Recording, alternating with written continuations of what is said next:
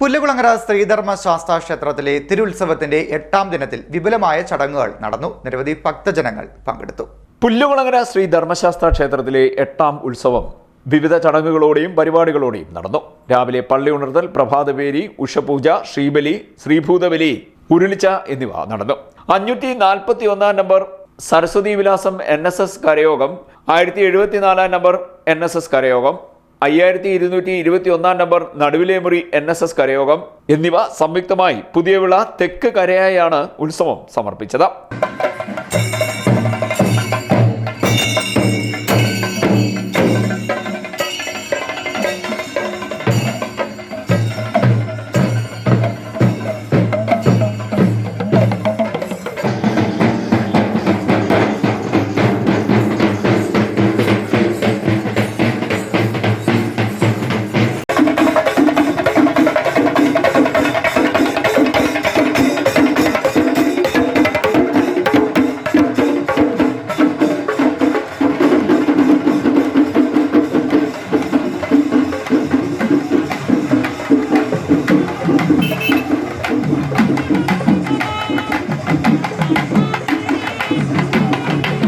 ഉത്സവത്തിന്റെ ഭാഗമായി ഉരുളിച്ച നടന്നു. പുതിയവിള കൽപ്പകശ്ശേരി ക്ഷേത്രത്തിൽ നിന്നും ഗജവീരന്റെ അകമ്പടിയോടുകൂടി ആരംഭിച്ച് പുല്ലുകുളങ്ങര ക്ഷേത്രത്തിൽ ഉരുളിച്ച എത്തി.